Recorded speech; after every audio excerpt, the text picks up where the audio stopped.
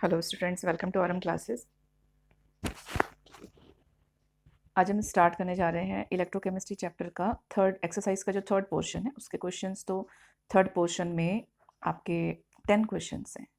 तो ये जो क्वेश्चंस हैं स्टूडेंट, अगेन ये आपके मीडियम रेंज के क्वेश्चंस हैं, मीन्स 2 to 3 मार्क्स तक के ये क्वेश्चंस आ सकते हैं, 1 मार्क में नहीं आएंगे ये। और बहुत ज़्यादा ब्रीफ भी नहीं है, दो this is written that answer in brief. तो 2 मार्क्स तक का आपको इनको लर्न करना है और ये किसी के साथ कंबाइन करके भी आ सकते हैं। तो चलिए स्टार्ट करते हैं। फर्स्ट क्वेश्चन है, explain the effect of dilution of solution on conductivity. तो अगर डाइल्यूट करते हैं हम किसी सॉल्यूशन को, तो आयंस की कंडक्टिविटी, मीन्स आयंस यहाँ पे जो कंडक्टिविटी प्रोड्यूस हो रही है वो थ्रू आयंस हो रही है, तो कितने नंबर ऑफ आयंस इंक्रीज या डिक्रीज होंगे, अकॉर्डिंगली कंडक्टिविटी भी इंक्रीज और डिक्रीज होती है। तो यही हमको यहाँ पे चेक करना है। ये हमने प्रीवियस वीडियो में भी डिस्कस किया था, अगर आपने नहीं देखा है तो मैं डिस्क्रिप्शन बॉक्स में भी लिंक पुट कर दूंगी और कमेंट सेक्शन में भी। तो कंडक्टिविटी की बात कर रहे हैं स्टूडेंट, यहाँ पे मोलर कंडक्टिविटी की नहीं कर रहे हैं, ओनली कंडक्टिविटी। तो इलेक्ट्रोलिटिक कंडक्टिविटी क्या है? It is conductance per unit volume, जो कि हम सेंटीमीटर क्यूब में लेते हैं, क्योंकि हम आपको छोटा अमाउंट लेना पड़ता है यहाँ पे हमको। कोई बहुत बड़ा मीटर क्यूब लेंगे तो बहुत लार्ज आपका सेक्शन हो जाएगा, पोर्शन, तो वो नहीं लेते हैं। तो यहाँ पे हमको क्या करना है कि पर यूनिट वॉल्यूम की बात कर रहे हैं, ठीक है। और क्या डिपेंड कर और क्या इसमें पॉइंट है कि it depends on ions per unit centimetre cube volume on dilution number of ions increases due to increased degree of dissociation. तो अगर हम एग्जाम्पल से समझें इस पूरे एक्सप्रेशन को कि if there is A B, अगर आपका कोई सब्सटेंस है, हम इसको डाइल्यूट कर रहे हैं, ठीक है, एक्वस सॉल्यूशन में। अब जब हम इसको डाइल्यूट कर रहे हैं तो ये क्या हो रहा है, ए प्लस और बी माइनस में डिवाइड हो जाता है।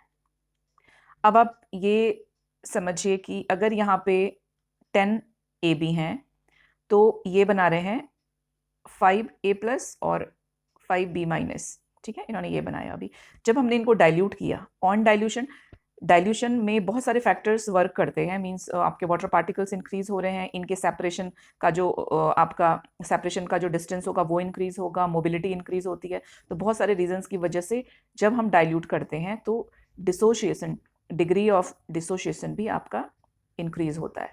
तो अभी हमने क्या किया, सपोज ये 1 ग्लास वाटर है, अब हमने क्या किया, 2 ग्लास वाटर कर दिया इसको, मीन्स डाइल्यूट हो गया है ज़्यादा। तो अभी यहाँ से स्टूडेंट ये 10 ए बी है, तो अगर ये बना देंगे 8 ए प्लस और 8 बी माइनस, ठीक है। तो नंबर ऑफ आयंस इंक्रीज हो गए। लेकिन आपने देखा कि यहाँ पे नंबर ऑफ आयंस कितने इंक्रीज हुए, पहले 5 थे, अभी बस ये 3 ए प्लस और 3 बी माइनस इंक्रीज हुए हैं आफ्टर डाइल्यूशन। लेकिन ग्लास ऑफ वाटर कितना हो गया, पहले 1 ग्लास वाटर था, अभी तो 2 ग्लास वाटर हो गया। मतलब कि जो पर यूनिट वॉल्यूम है आपका, अगर इतना ये वॉल्यूम है, अगर पर यूनिट वॉल्यूम की हम बात करें तो नंबर ऑफ पार्टिकल्स डिक्रीज हो गए हैं। ये अगर सिंपली इस आपके एक सिंपल से प्रेजेंटेशन से शो करें तो ये है, सपोज ये 1 ग्लास वाटर है, ठीक है, इतना इतना पार्ट, इसमें अगर आप चेक करेंगे तो एक जो पार्टिकल है वो इतने वॉल्यूम में आता है। अब आपने क्या किया, 2 ग्लास वाटर कर दिया, 2 ग्लास वाटर मतलब आपने इतना ये पूरा फिल कर दिया। तो अब ये 4 पार्टिकल्स, सपोज 4 के 4 100% डिसोसिएशन हो गया, तो 4 के 4 एक यहाँ पे रहेगा, एक यहाँ पे रहेगा, एक पार्टिकल यहाँ पे रहेगा, एक पार्टिकल यहाँ पे रहेगा। तो अभी अगर आप चेक कर रहे हो तो आप क्या देख रहे हो, इतना सेक्शन, मतलब इतने वॉल्यूम में, बहुत ज़्यादा वॉल्यूम में एक ही पार्टिकल है, ठीक है। और अनइवन डिस्ट्रीब्यूशन भी इनका होता है। तो ये सारे रीजंस हैं कि आपके on dilution number of particles तो इंक्रीज होते हैं, ठीक है, लेकिन क्या प्रॉब्लम होती है कि इनकी जो आपकी कंडक्टिविटी होगी वो डिक्रीज हो जाएगी, क्योंकि जो पर यूनिट वॉल्यूम होता है, पर यूनिट वॉल्यूम जो आयंस होते हैं उनमें डिक्रीज आ जाता है। लिखना कैसे, आप लिखेंगे इलेक्ट्रोलिटिक कंडक्टिविटी क्या है, this is conductance per unit volume of solution, it depends on ions per unit volume. तो कंडक्टेंस किस पे डिपेंड कर रहा है, आपके इलेक्ट्रोलिटिक कंडक्टिविटी किस पे डिपेंड कर रही है, पर यूनिट आपके कितने सारे आयंस है पर यूनिट वॉल्यूम में। On dilution number of ions increase होते हैं, यस इंक्रीज होते हैं, लेकिन क्या होता है, पर यूनिट वॉल्यूम उस प्रपोर्शन में, आपके प्रॉपर प्रपोर्शन में भी नहीं रहते हैं, और पर यूनिट वॉल्यूम डिक्रीज हो जाते हैं, लेकिन नंबर ऑफ आयंस तो इंक्रीज हो रहे हैं। अभी हमने देखा ना, यहाँ पे हमारे पहले 5 थे, 10 में से 5 ए प्लस बनाया और 5 बी माइनस बनाया, हमने 1 ग्लास ऑफ वाटर इसमें ऐड किया, तो इसने क्या बना दिया, मैक्सिमम ये 5 से 8 कर देगा, 8 ए प्लस कर देगा और 8 बी माइनस कर देगा, ठीक है, लेकिन वॉल्यूम तो ज़्यादा बढ़ रहा है ना, एक ग्लास वाटर में ओनली ये 3 ही इंक्रीज हो रहे हैं, कम इंक्रीज हो रहा है इसका, तो this is the reason conductivity decrease होती है। Next question is salt bridge. तो ये भी हमने डिस्कस किया था कि what is salt bridge. It is a YouTube kind of आपका एक टूल होता है, ऐसे जैसा आप देख रहे हो, और saturated solution of inert electrolyte such as KCl और अमोनियम नाइट्रेट का 5% अगर सॉल्यूशन के साथ, और थोड़ा सा इसको सेट करने के लिए रखते हैं, ये एकदम सॉलिड जेल जैसा आपका टेक्सचर में आ जाता है, जिसकी वजह से जब हम इसको ऐसे इन्वर्ट करके रखे भी तो ये यहाँ से गिरेगा नहीं, ये ड्रॉप नहीं होगा इधर से। और it is use to connect solution of galvanic cells, तो गैल्वेनिक सेल्स के सॉल्यूशन को ये कनेक्ट करने में यूज होता है। यहाँ पे अब ये एक हाफ सेल ये है आपका oxidation half cell, this is reduction half cell, मतलब एनोड है कैथोड है, और इन दोनों को कनेक्ट कर रहा है सॉल्ट ब्रिज, ऐसे कनेक्ट करता है। और ये यहाँ पे आपको बता रखा है कि ये this is YouTube, this is the salt bridge, इसमें सैचुरेटेड KCl सॉल्यूशन अगर जेल है, ये बीकर है, इसको पहले हम अगर यूज़ नहीं कर रहे तो हम इसको डिस्टिल वाटर में डिप करके रखते हैं और इनके इसमें आपके कॉटन प्लग्स लगा के रखते हैं। तो अगर ये क्वेश्चन आता है तो आप ऐसे एक सेटअप ड्रॉ करेंगे और थोड़ा सा इसको एक्सप्लेन करेंगे। Next question is right electrode reaction of electrolysis aqueous NaCl में वाटर भी आ जाएगा स्टूडेंट्स। तो यहाँ पे जो स्टार्ट करेंगे हम, पहले रिडक्शन हाफ रिएक्शन लिखेंगे कैथोड पे। तो अब कैथोड पे यहाँ पे दो हमारे इंटिटीज अवेलेबल हैं, एक है Na+, गेन करेगा इलेक्ट्रॉन, Na बनाएगा, इसका इलेक्ट्रोड पोटेंशियल है -2.71 वोल्ट। वाटर भी गेन कर रहा है सेम यहीं पे आपके कैथोड पे, और वो हाइड्रोजन गैस बना रहा है, और यहाँ पे आपके ये एक्वस यहाँ पे लिख लेंगे आप, ये एक्वस है, ये सॉलिड है, ठीक है, ये लिक्विड L लिखेंगे यहाँ पे, और ये गैस है, ये एक्वस है, फिजिकल स्टेट भी लिखनी है आपको। तो यहाँ पे आपका हाइड्रोजन गैस फॉर्म होगी। तो अब हमको क्या करना है, इनमें चेक करना है कि जो हमने टेबल डिस्कस किया था स्टूडेंट इससे पहले इलेक्ट्रोकेमिकल सीरीज के लिए, ऑक्सीडेशन आपके जो स्टैंडर्ड पोटेंशियल के लिए सीरीज थी, उसमें हमने ये देखा कि जब हम जीरो से नीचे आते जाते हैं तो जैसे जैसे आपके नेगेटिव वैल्यू इंक्रीज होते जाती है, वैसे वैसे रिड्यूसिंग एजेंट्स की जो प्रॉपर्टी है स्ट्रेंथ वो इंक्रीज होते जाती है। इस केस में, इन दोनों केसेस में विच वन इज मोर आपका स्ट्रॉन्गर रिड्यूसिंग एजेंट, तो ये वाला स्ट्रॉन्गर रिड्यूसिंग एजेंट है। अगर इससे हम कंपैरिजन करें तो this is kind of oxidising agent. तो ऑक्सीडाइजिंग एजेंट का रिडक्शन होता है, मतलब इसकी जो रिडक्शन है वाटर का वो हायर होगा, समझ रहे हैं ना। तो नेगेटिव आपकी जो वैल्यूज हैं उनमें कंपैरिजन करके हम एक को जो हायर आपका रिड्यूसिंग एजेंट है और जो कम वैल्यू रख रहा है, आप उसको एक माइल्ड ऑक्सीडाइजिंग एजेंट भी कह सकते हो। तो इस कंपैरिजन में ये ऑक्सीडाइजिंग एजेंट होगा तो इसका रिडक्शन होगा, दिस इज आपका ये ज़्यादा रिड्यूसिंग एजेंट है, ठीक है। तो यहाँ पे ये माइल्ड ऑक्सीडाइजिंग एजेंट है तो इसका रिडक्शन होगा, this is strong reducing agent तो इसका ऑक्सीडेशन होगा। तो ये आपको मालूम है जो एजेंट होते हैं उनकी जस्ट ऑपोजिट प्रोसेस होती है उनके साथ। तो यहाँ पे इसलिए reduction of water is higher than Na+। तो अभी कैथोड पे जो रिएक्शन होने वाली है वो कौन से होने वाली है, वो ये वाली रिएक्शन होने वाली है, ठीक है। वाटर की मीन्स हाइड्रोजन गैस रिलीज होगी, तो आपको ये ध्यान में रखना है। रिडक्शन जो है आपका कैथोड पे H2 रिलीज करेगा। अब ऑक्सीडेशन हाफ रिएक्शन देखते हैं विच इज ऑन एनोड। तो एनोड पे भी यहाँ पे दो फिनोमिना होंगे, एक होगा लॉस ऑफ इलेक्ट्रॉन करेगा Cl- तो Cl2 बनाएगा, अगेन दिस इज एक्वस और ये गैस है, तो ये Cl2 बनाएगा। अब वाटर क्या कर रहा है, देखो वाटर O2 बना रहा है, 4H+ रिलीज कर रहा है और 2 इलेक्ट्रॉन भी दे रहा है। अब इन दोनों केसेस पे अगर हम देखें आपका ऑक्सीजन का और Cl का और वाटर का अगेन जो वैल्यू, तो आप देखिए यहाँ पे Cl की ज़्यादा है -1.36 और यहाँ पे इसकी ज़्यादा है। तो इस केस में आप देखेंगे कि water has strong tendency to undergo oxidation. तो यहाँ पे इस केस में इन दोनों के कंपैरिजन में वाटर की स्ट्रॉन्ग टेंडेंसी है आपके ऑक्सीडेशन के लिए। लेकिन एक्सपेरिमेंटली जब हम चेक करते हैं तो जो experimentally gas produced at cathode is Cl2। तो ये आपको ध्यान रखना है कि एक्सपेरिमेंटली Cl2 प्रोड्यूस होती है, वैसे तो O2 होनी चाहिए। तो ये हमारा ओवर वोल्टेज का प्रॉब्लम होता है, because of that Cl2 produce होती है एक्सपेरिमेंटली, ठीक है। थ्योरेटिकली तो O2 होना चाहिए, लेकिन एक्सपेरिमेंटली Cl2 होती है। तो नेट रिएक्शन जब आप इसकी लिखेंगे तो ये होगा लॉस ऑक्सीडेशन हाफ सेल, ये होगा गेन रिडक्शन हाफ सेल, यहाँ पे आपके इलेक्ट्रॉन्स हम दोनों 2 इलेक्ट्रॉन्स कैंसिल कर देंगे, जो वैल्यू हमको मिलेगी water plus Cl minus gives H2Cl2OH minus. So this is the overall net reaction.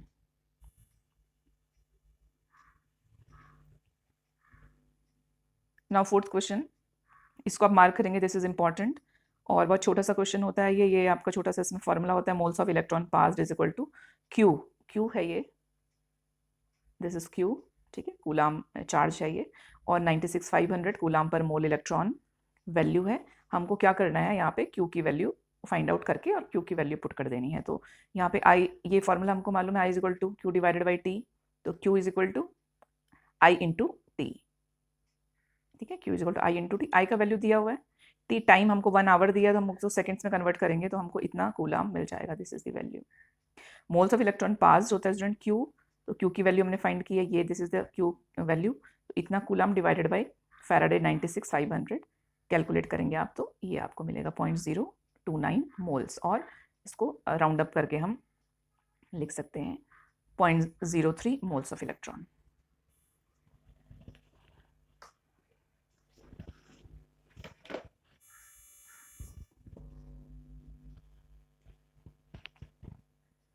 Now fifth question, construct a galvanic cell from the electrode cobalt 3 plus cobalt and Mn2 plus Mn, और values दी हैं यहाँ पे standard आपका electrode potential value दी है cobalt की भी और manganese की भी. कैलकुलेट करना है हमको दो चीज़ें करनी है यहाँ पे. एक तो कंस्ट्रक्ट लिखा हुआ है स्टूडेंट, तो आपको ध्यान रखना है कि हमको कंस्ट्रक्शन मतलब सेल फार्मूला भी लिखना है, और यहाँ पे कैलकुलेट भी लिखा हुआ है, तो हमको ये भी ध्यान में रखना है, कैलकुलेट भी करना है, दो चीज़ें करनी है.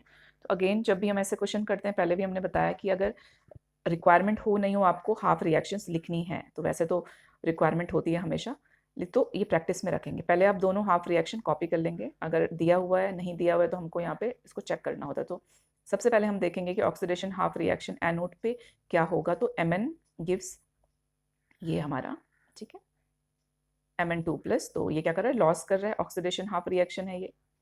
कोबाल्ट 3 प्लस गेन करेगा, कोबाल्ट बनाएगा, this is reduction half reaction. यहाँ पे हमको इलेक्ट्रॉन्स की रिक्वायरमेंट थी नहीं, तो हमको ऐसे बैलेंस करने की जरूरत नहीं है, लेकिन अगेन ये भी आपको प्रैक्टिस में रखना है. हमने 3 से मल्टीप्लाई किया यहाँ पे, तो 3 2 6 हो जाएगा, 6 इलेक्ट्रॉन. यहाँ पे 2 से मल्टीप्लाई करेंगे तो यहाँ पे 2 3 6 हो जाएगा. जब इक्वल नंबर ऑफ इलेक्ट्रॉन्स होंगे ये तभी कैंसिल होंगे, इसलिए आपको ये भी लिखना है यहाँ पे 3 इंटू करना है इसको, और इसको 2 इंटू करना है. तो ये हमको कैंसिल हमने इनको कर दिया. कितने मोल्स इंक्रीज डिक्रीज हो रहे हैं 3 Mn, इससे मतलब नहीं होता है, तो हमको सिर्फ ये इलेक्ट्रॉन बैलेंस के लिए हमको इसको मल्टीप्लाई करना था. अब आप देखेंगे कि एनोड पे जो हमको रिएक्शन मिल रही है ऑक्सीडेशन हाफ सेल में, हमको क्या रिएक्शन मिल रही है. अगेन इलेक्ट्रोड हम एक्सट्रीम राइट में लिखते हैं बाहर की तरफ, और अंदर की तरफ हम लिखते हैं उसका इलेक्ट्रोलाइट कौन सा, एक्वस में जो उसका आयन है. फिर हम क्या करते हैं, सॉल्ट ब्रिज का double vertical line, 2 vertical line बनाते हैं, और हम दूसरे हाफ सेल को कनेक्ट करते हैं इससे. तो हम यहाँ पे लिखेंगे कैथोड वाली रिएक्शन. कैथोड रिएक्शन में भी हम क्या करते हैं, बाहर की तरफ इलेक्ट्रोड लिखते हैं, तो यहाँ पे हमने कॉपर कोबाल्ट सॉलिड बाहर लिखा है और ये एक्वस अंदर लिखा है. तो ये तो प्रेजेंटेशन हो जाएगा. आप यहाँ पे लिख सकते हो कि कंस्ट्रक्शन ऑफ गैल्वेनिक सेल ये है, कंस्ट्रक्शन ऑफ गैल्वेनिक सेल. तो ये आप ऐसे इसको मार्क कर सकते हैं कि this is the cell formula and it shows construction of galvanic cell. लेकिन अब आगे हमको ई नॉट सेल कैलकुलेट करना है. तो ई नॉट सेल में क्या स्टूडेंट की यहाँ पे देखो, स्टैंडर्ड पोटेंशियल कैथोड का दिया हुआ है प्लस 1.82 दिया हुआ है, यहाँ पे प्लस में है 1.82, माइनस 1.18, तो माइनस 1.82. अब कैलकुलेट करेंगे तो ये इसका वैल्यू आएगा.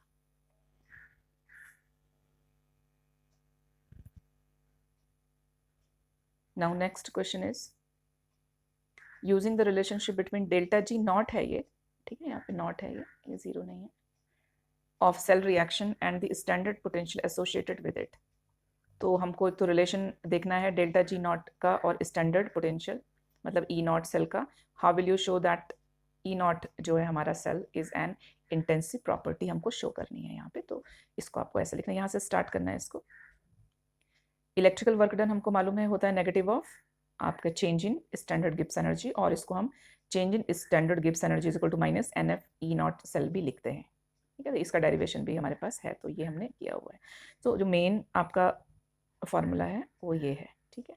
अब इस फॉर्मूला के साथ हम आगे बढ़ते हैं. सबसे पहले हम ये यहाँ पे लिखेंगे कि जो change in standard Gibbs energy होता है it is an extensive property. क्यों होती है एक्सटेंसिव प्रॉपर्टी? क्योंकि ये मोल्स कितने यूज हो रहे हैं आपके इक्वेशन में उस पर डिपेंड करती है।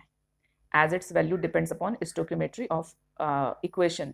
स्टोक्योमेट्री ऑफ इक्वेशन का मतलब है कि कितने स्टोक्योमेट्री कोफिशिएंट मतलब मोल्स इंक्रीज और डिक्रीज हो रहे हैं।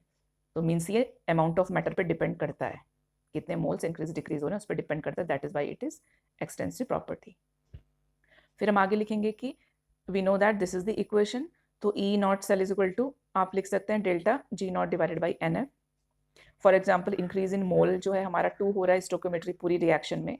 तो रिएक्शन की स्टोक्योमेट्री कितने टाइम्स हो जा रही है? 2 टाइम्स हो जा रही है यहाँ पे। तो अगर 2 टाइम्स होती है स्टूडेंट तो ये तो हमको मालूम है कि चेंज, क्योंकि ये तो एक्सटेंसिव प्रॉपर्टी है तो ये तो 2 टाइम्स इंक्रीज होगी। n नंबर ऑफ इलेक्ट्रॉन्स है तो नंबर ऑफ इलेक्ट्रॉन्स का जो भी आपका वैल्यू है वो 2 के मल्टीपल में इंक्रीज डिक्रीज होने वाला है।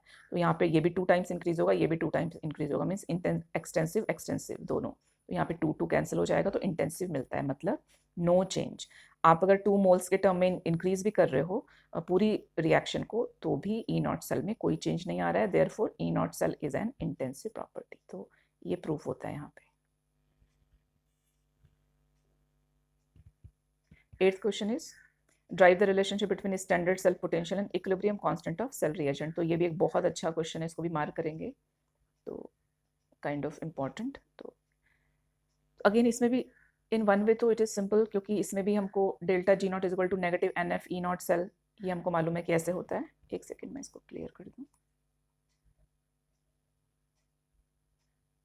अभी दिख रहा होगा आपको, ठीक है। तो delta G not is equal to minus N F E not cell, this is the first equation, ये हमको मालूम है। इसमें E not cell is equal to standard cell potential, delta G not हमको मालूम है change in Gibbs energy, standard Gibbs energy.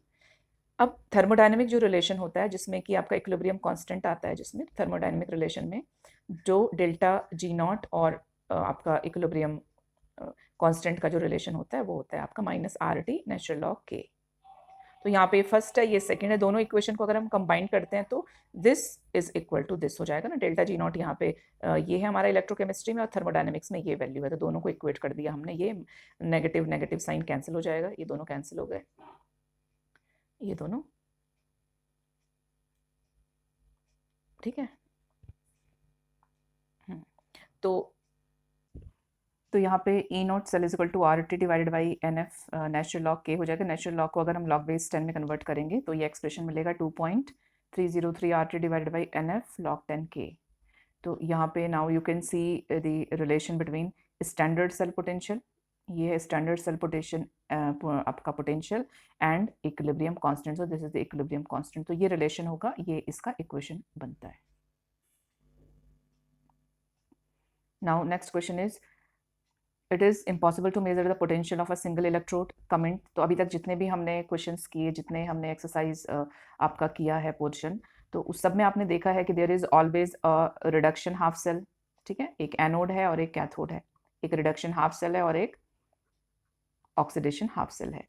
तो आपने oxidation half cell reduction half cell के टर्म में ही पढ़ा, किसी भी एक्सप्रेशन में हमने ये सिंगल नहीं एक्सप्रेशंस पढ़े हैं। तो ऐसा क्यों होता है? इन अ गैप आपको लिखना कैसे है, यहाँ से आपका आंसर होगा in a galvanic cell oxidation reduction occur simultaneously, वो हमने देखा है एक्सप्रेशन में, ठीक है।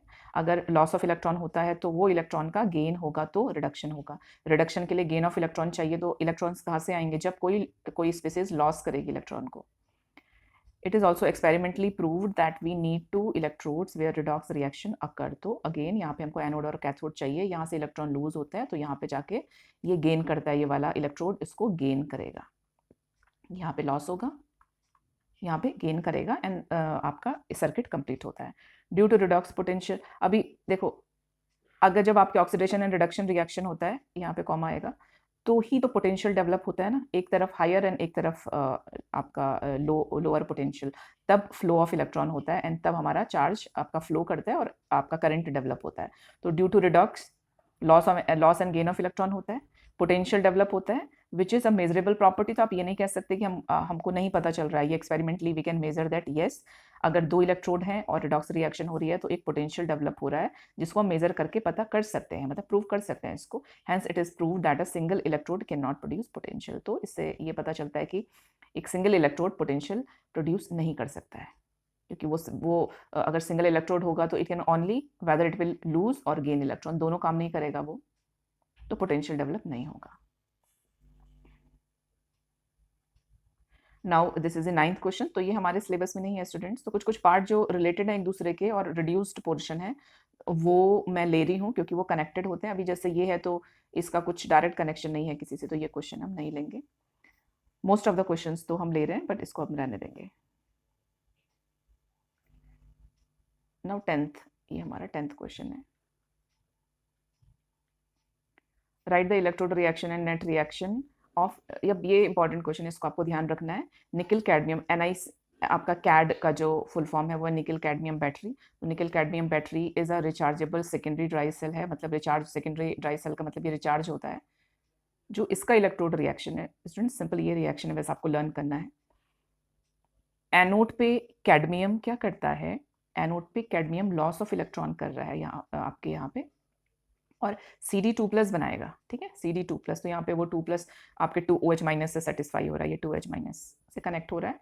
तो इस पे यहाँ पे तो ऑक्सीडेशन जो स्टेट है वो इसका +2 ही है ना, तो इसने Cd है यहाँ पे सॉलिड, यहाँ पे एक्वस में इसने 2+ बनाया, ऑक्सीडेशन हो रहा है। रिडक्शन में आप गेन देखेंगे कि दिस इज आपका निकल, निकल यहाँ पे +4 स्टेज में है, ऑक्सीडेशन स्टेट में आपको दिख रहा है 2 ऑक्सीजन के साथ, 1 ऑक्सीजन -2, 2 ऑक्सीजन -4, आपका राइट हैंड साइड जाएगा +4, तो ये +4 है निकल यहाँ पे। अब निकल यहाँ पे क्या कर रहा है स्टूडेंट, यहाँ पे देखो गेन कर रहा है, ये इसने गेन किए इलेक्ट्रॉन, कितने इलेक्ट्रॉन गेन किए, 2 इलेक्ट्रॉन गेन किए। तो यहाँ पे कितने चार्ज के साथ आ रहा है निकल, +2 चार्ज के साथ आ रहा है, मतलब +4 से +2 चार्ज हो रहा है, मीन्स रिडक्शन हो रहा है इसका, यहाँ पे गेन ऑफ इलेक्ट्रॉन हो रहा है। यहाँ पे OH 2OH- 2OH- कैंसिल हो जाएंगे, इलेक्ट्रॉन इलेक्ट्रॉन कैंसिल हो जाएंगे, जो फाइनल हमको इक्वेशन मिलेगी, दिस इज द इक्वेशन, ठीक है। कैडमियम प्लस निकल ऑक्साइड वाटर के साथ, और ये बनाएगा। तो ये हमारे इलेक्ट्रोड रिएक्शन है, नेट सेल रिएक्शन है निकल कैडमियम बैटरी की। तो यहाँ पे स्टूडेंट ये जो आपका 3rd पोर्शन था ये कंप्लीट होता है। अभी 4th पोर्शन को लेके हम जल्दी आते हैं। 4th में अराउंड 15 आपके क्वेश्चंस हैं। Thank you so much.